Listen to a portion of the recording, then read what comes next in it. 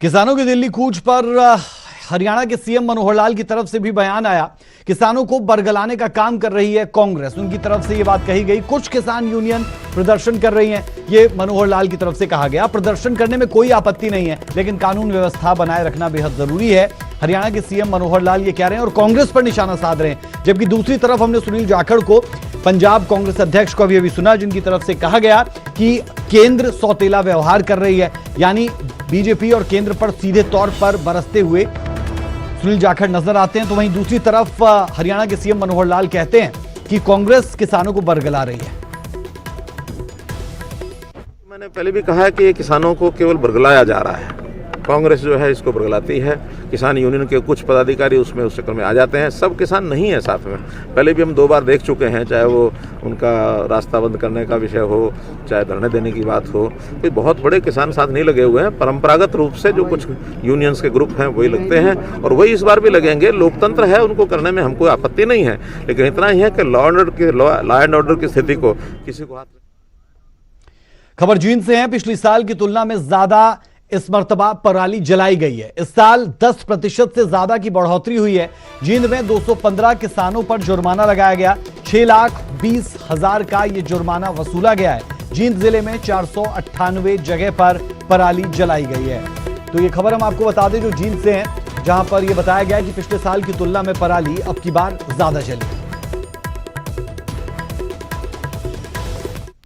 में पराली जलाने में थोड़ी सी वृद्धि हुई है पिछले साल के कंपैरिजन में।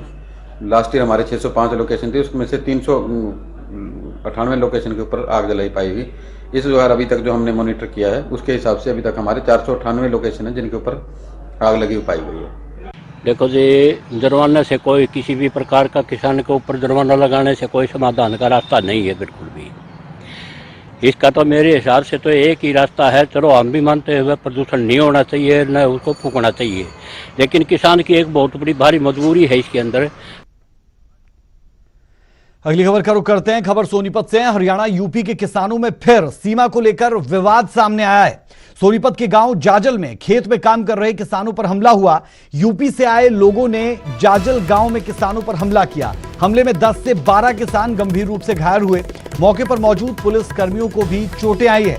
घायल किसानों को सिविल अस्पताल सोनीपत लाया गया। काफी लंबे समय से यह सीमा विवाद चल रहा है।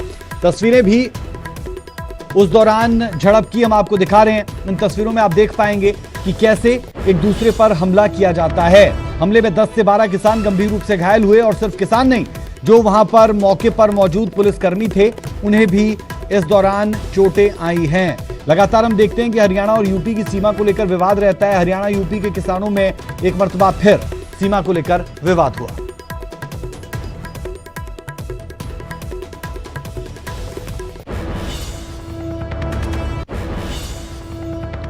खबर पलवल से। केजीपी एक्सप्रेस वे पर दर्दनाक हादसा हुआ। तेज रफ्तार ट्रक बेकाबू होकर मजदूरों पर चढ़ गया। हादसे में 2 मजदूरों की मौत हो गई, 11 घायल हुए। हापुड़ से सवारी भरकर गुरुग्राम के लिए ट्रक जा रहा था। घायलों को इलाज के लिए अस्पताल पहुंचाया गया। एक्सप्रेस वे पर काम कर रहे थे ये मजदूर जब ये हादसा हुआ। ये तस्वीरें उस जगह की आप देख पा रहे हैं जहां पर यह दर्दनाक हादसा हुआ पलवल में, और बुरे तरीके से आप देख सकते हैं ट्रक क्षतिग्रस्त है और जो लोग इसके अंदर थे उन्हें निकाला गया है। बहरहाल जो लोग बाहर थे उनकी हालत भी खराब हुई।